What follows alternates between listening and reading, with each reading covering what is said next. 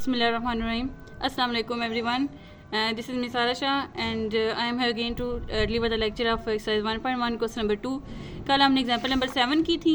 Example number 7 जो question number 1 है वो एग्जाम्पल नंबर 7 की तरह था बिल्कुल. तो मैंने आपसे कहा था खुद ट्राई कीजिएगा कोई प्रॉब्लम हुई तो आप मुझसे डिस्कस कर सकते हैं. मैं फर्स्ट श्योर आपको उसका सोल्यूशन बताऊंगी. तो आज हम क्वेश्चन नंबर 2 की तरफ मूव करेंगे. Name the properties use in the following equations. Letter where use represent real numbers. Okay जहाँ पे वो कह रहे हैं कि लेटर्स यूज़ हुए हैं, यानी कि ये जो ए वगैरह ये यूज़ हुआ है, जहाँ पे जैसे यहाँ पे A B C D use हुआ है, ये रियल नंबर को जो है ना रिप्रेजेंट कर रहे हैं. रियल नंबर आपको पता है रियल नंबर का सेट कौन सा होता है जिसके अंदर हर तरह के जो नंबर्स हैं वो आ जाते हैं सिवाय इमेजिनरी को छोड़ के.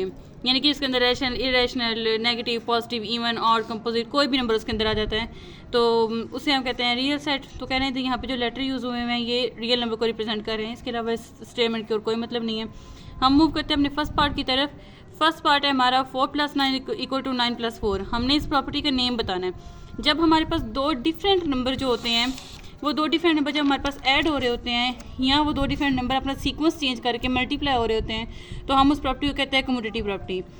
आई मीन टू से अगर हमारे पास 3 है, 3 हमारे पास मल्टीप्लाई हो रहा है 4 के साथ. एक साइड पे 3 पहले है, दूसरी साइड पे जाके 4 पहले आ जाएगा. मल्टीप्लाई 3 दोनों का आंसर हमारे पास 12 आ जाएगा. 12 = 12 है. तो इस प्रॉपर्टी को हम कहते हैं कम्यूटेटिव प्रॉपर्टी. लेकिन ये प्रॉपर्टी होगी commutative property with respect to multiplication. यहाँ पे एडिशन का साइन है तो ये होगी commutative property with respect to addition. यानी कि आपने इतना याद रखना है कि जब दो एलिमेंट्स हमारे पास, दो नंबर्स हमारे पास जब सीक्वेंस चेंज करके ऐड होंगे या मल्टीप्लाई होंगे तो हम उस प्रॉपर्टी को नेम देंगे कम्यूटेटिव प्रॉपर्टी का. आगे हम मूव करते हैं. एक नंबर है हमारे पास ब्रैकेट में क्लोज है a + 1 + 3/4. यहाँ पे क्या किया, 1 को हमने 3/4 के साथ एक ब्रैकेट में क्लोज कर लिया और यहाँ पे क्या आ गया, a बाहर आ जाएगा. यानी कि हमारे पास बेसिकली यहाँ पे 3 नंबर्स हैं. कौन से नंबर हैं? 3 नंबर है हमारे पास. एक है हमारे पास a, सेकंड नंबर है हमारे पास 1 और थर्ड नंबर है हमारे पास 3/4.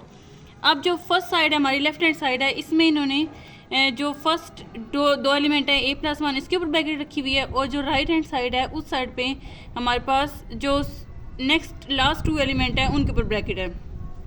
ऐसे जब इस तरह कंडीशन होती है जिसमें नंबर्स का सीक्वेंस चेंज नहीं होता, ब्रैकेट्स का सीक्वेंस चेंज होता है, तो ऐसी जो कंडीशन होती है उसे हम कहते हैं एसोसिएटिव प्रॉपर्टी. उसे क्या बोलते हैं? Associative property. अगर एडिशन हो तो विद रिस्पेक्ट टू एडिशन और अगर मल्टीप्लिकेशन हो तो विद रिस्पेक्ट टू मल्टीप्लिकेशन. यहाँ पे आप एडिशन लिख लें, यहाँ एडिशन का साइन लगा लें. यहाँ पे मैं प्रॉपर्टी का नेम लिख देती हूँ कम्यूटेटिव प्रॉपर्टी. कम्यूटेटिव प्रॉपर्टी इसे प्रोनाउंस भी कर सकते हैं कम्यूटेटिव प्रॉपर्टी.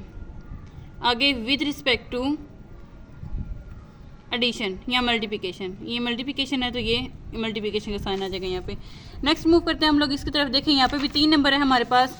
√3 है, √5 है, √7 है, √3, √5, √7. इसमें ब्रैकेट्स का जस्ट ऑर्डर चेंज है तो ये भी अगेन हमारे पास एसोसिएटिव प्रॉपर्टी बन रही है विद रिस्पेक्ट टू एडिशन.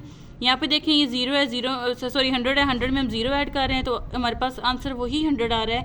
यहाँ पे वो ये बताना चाह रहे हैं कि हमारे पास एक ऐसा रियल नंबर है जिसे किसी भी नंबर में ऐड करेंगे तो वो नंबर अपनी आइडेंटिटी को लूज़ नहीं करेगा.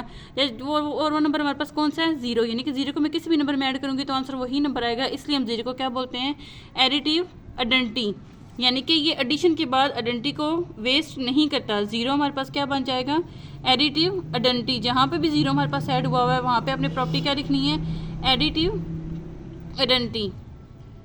क्लियर? अच्छा जी नेक्स्ट हम मूव करते हैं. नेक्स्ट हमारे पास आ रहा है 1000 × 1. यहाँ पे 0 था जो ऐड हो रहा था, 1 मल्टीप्लाई हो रहा है. अगर ये हमारे पास एडिटिव आइडेंटिटी है तो डेफिनेटली 1 हमारे पास मल्टीप्लिकेटिव आइडेंटिटी हो जाएगा क्योंकि 1 के मल्टीप्लाई होने के बाद 1000 ही रहा है, इसमें कोई चेंज नहीं आया. नेक्स्ट मूव करते हैं हम लोग 4 × 1 4.1 ही आ जाएगा. यहाँ पे ये 4.1 प्लस के साइन के साथ है, यहाँ पे 4.1 जो माइनस के साइन के साथ है. और जब इन दोनों को हमने सॉल्व किया तो आंसर क्या आ रहा है? 0. यानी कि एक दूसरे का क्या है? एडिटिव इन्वर्स है. क्योंकि इन्वर्स एक दूसरे को कैंसिल करता है और जब एडिशन में कैंसिलेशन होती है तो आंसर 0 आता है. मल्टीप्लिकेशन में कैंसिलेशन हो तो आंसर 1 आ जाता है. यानी कि एडिटिव आइडेंटिटी आएगी जब एडिटिव इन्वर्स अप्लाई होगा. मल्टीप्लिकेटिव इन्वर्स अप्लाई हुआ तो मल्टीप्लिकेटिव आइडेंटिटी आंसर आएगा यानी कि 1. अच्छा यहाँ पे देखें +1 है, +a है, -a है. जब ये दोनों कैंसिल होंगे तो यहाँ पे 0 आंसर आ जाएगा। एडिटिव आइडेंटिटी आंसर आ रही है और दोनों ऑपोजिट साइन के साथ सेम नंबर हैं, तो यहाँ पे हमारे पास क्या आ जाएगा, एडिटिव इनवर्स आंसर आ जाएगा इसका। नेक्स्ट आप देख लें यहाँ पे square root 2 multiply square root 5, square root 5 multiply square root 2, तो यहाँ पे ऑर्डर चेंज है, बाकी जो है ना वो नंबर दोनों सेम है। यहाँ पे 2 पहले है, यहाँ पे 5 पहले है, तो ये कम्पैरेटिव लॉ है विद रिस्पेक्ट टू मल्टीप्लिकेशन।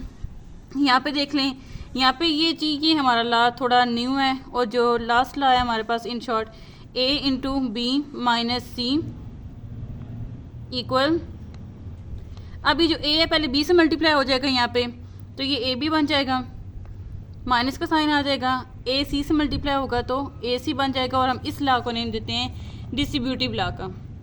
क्या नेम देंगे हम इसे, डिस्ट्रीब्यूटिव लॉ का। अब इसमें हमारे पास 2 साइन आ रहे हैं, एक साइन तो मल्टीप्लिकेशन का, एक साइन माइनस का है, तो हम इसे कहेंगे distributive law with respect to multiplication over subtraction. आपने दोनों साइंस के नेम लिखने हैं, जो साइन पहले आ रहा है उसका नेम पहले लिख लें, जो साइन बाद में आ रहा है उसका साइन बाद में लिख लें, ओवर सब्ट्रैक्शन। क्लियर। नेक्स्ट देख लें आप लोग, x माइनस वाई इंटू जी है, फिर यहाँ पे x जी से मल्टीप्लाई हो गया, y जी से मल्टीप्लाई हो गया, तो ये हमारे पास वही बन जाएगा डिस्ट्रीब्यूटिव लॉ जो मैंने कोई बताया, distributive law of multiplication over subtraction. Okay, next आ जाएगा हमारे पास यहाँ पे 4 मल्टीप्लाई 5 4 5 8 4 5 8 ब्रैकेट्स की सीक्वेंस चेंज है, associative law with respect to multiplication. अब इसे देख लें, यहाँ पे 3 वैल्यूज है ब्रैकेट के अंदर, a बाहर है, a इन सबसे बारी बारी मल्टीप्लाई हो रही है, और जो रिस्पेक्टिव साइन है वो दरमियान में आ रहे हैं, तो ये हमारे पास डिस्ट्रीब्यूटिव लॉ हो जाएगा। नेक्स्ट लेक्चर में इंशाअल्लाह ताला मैं वो क्वेश्चन नंबर 3 की जो इनइक्वालिटीज़ की प्रॉपर्टीज़ है वो समझा दूंगी। कोई प्रॉब्लम भी लेक्चर में, कोई कॉन्सेप्ट में कोई मसला हुआ समझ ना आए आपको, तो आप मुझसे डिस्कस कर सकते हैं, कमेंट बॉक्स में कमेंट में बता सकते हैं। मैं इंशाअल्लाह उसे सॉल्व करने की पूरी कोशिश करूँगी। दुआ में याद रखिएगा, मेरे चैनल को सब्सक्राइब करना ना भूलेगा। अल्लाह हाफिज़।